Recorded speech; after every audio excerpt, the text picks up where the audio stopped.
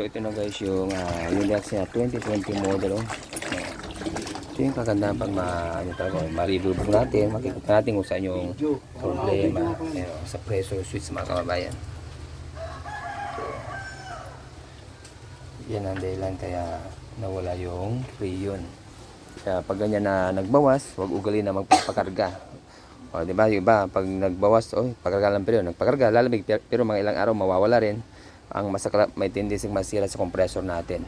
Bakit masira? Kasi pag may leak, lumalabas yung langis sa compressor, pupunta dito sa mga system. Kaya pag ganito na wala ang freon, ito ang ginagawa namin general na para isang gawan tayo. So ipa-plastic natin lahat yan. Then yung compressor, lalagyan natin ng panibagong langis. Okay, so kukondisyon natin ito. So dito yan, sa Hyundai Accent at 2020 model mga kababayan. Okay, kaya tandaan nyo mabuti yung mga sineshare natin na pag ganito ang mangyari sa inyo, yung mai-apply nyo yan. Okay, marami pa tayo i-share yung mga ginagawa natin dito. Hanggat may buhay lakas tayo at may mga nagpapagawa sa atin, ipapamahagi natin yan para maraming magagad na mga kababayan natin. Kaya yung mga gusto magpayos, punta lang po kayo dito sa pwesto namin mga kababayan.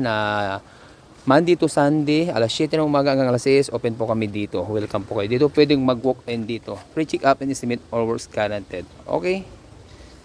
Alamigin natin to.